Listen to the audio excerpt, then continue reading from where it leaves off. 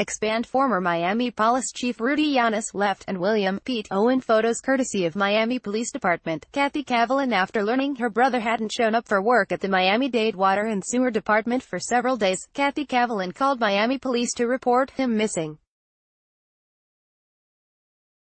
She didn't know he'd been dead for more than a week.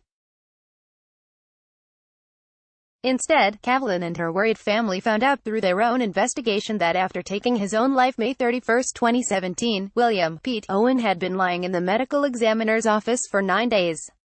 Relatives say Miami police never called to inform them of Owen's death. "It's really messed up," Cavalin told New Times earlier this year.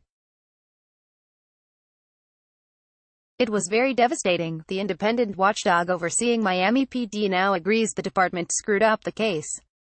This week, staff on the Civilian Investigative Panel (CIP) said 2 of the responding officers were negligent and ignored MPD's policies and procedures about how to handle missing persons cases.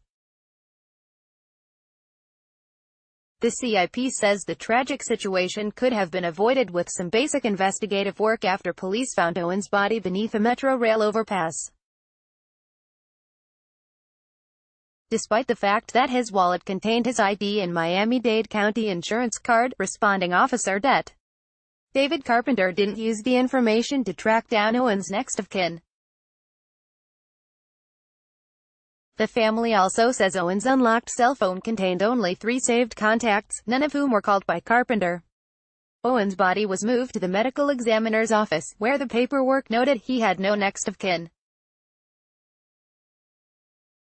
Cavalin says she tried to search for her brother there but couldn't find him because of the rigidity of the online database system.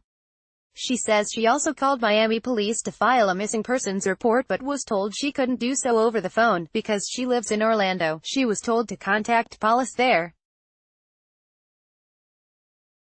Cavalin's other brother, Wayne Owen, instead made the trip to Miami to file a report in person June 8.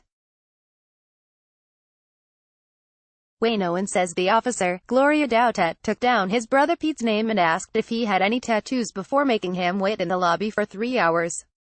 After asking about the holdup, Wayne Owen says Doutet eventually gave him a case number and told him he'd be contacted by a detective, but the call didn't come for another week. The painful saga continued the next day, June 9, as Cavalin spoke to the medical examiner's office and finally learned the news that her brother had died. It was only then she realized that he'd been dead all along, and that police had known about it. After its own investigation, CIP staff determined that Carpenter should have been more rigorous in tracking down Owen's family and that Doutet should have completed a more thorough missing persons report with information about Owen's physical description, frequent locations, and close contacts. The final report found that Carpenter was negligent of duty and that Doutet failed to follow proper procedure. Miami PD's Internal Affairs Department is still conducting its own investigation, according to CIP records.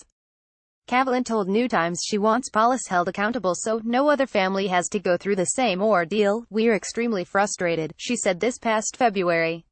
"There was just so much incompetence.